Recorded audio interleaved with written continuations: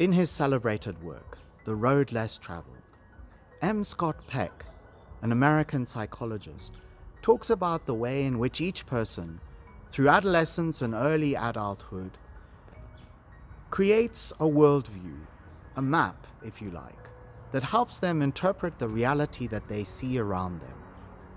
Up to a certain age, each person is prepared, in response to new experiences, to redraw this map.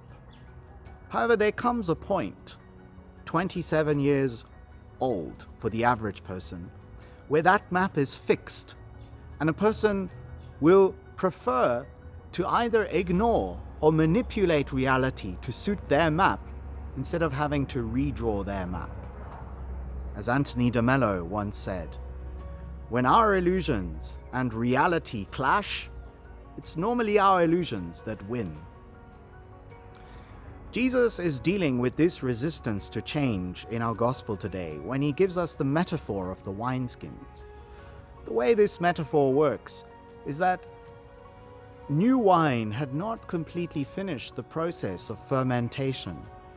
And so when it was put in a wineskin, if that wineskin was old and hardened, it would not be able to accommodate the new volume created by the excess gas, and it would consequently burst, losing the wine inside.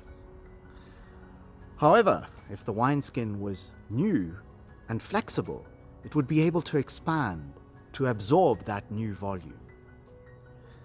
One of the most inspiring people that I have had the privilege to get to know was a wise and holy Jesuit who I stayed with in community for a couple of years. Even at the ripe old age of 85, he was a person who was prepared to redraw his map, change his worldview in response to new experiences, and grow as a result. It was truly refreshing to watch. Jesus' coming on earth represents a marriage between God and humanity. And now, like in every marriage, things have to change, something that the Pharisees didn't grasp. Jesus represents the bridegroom, and we are his spouse. We have to be prepared to change.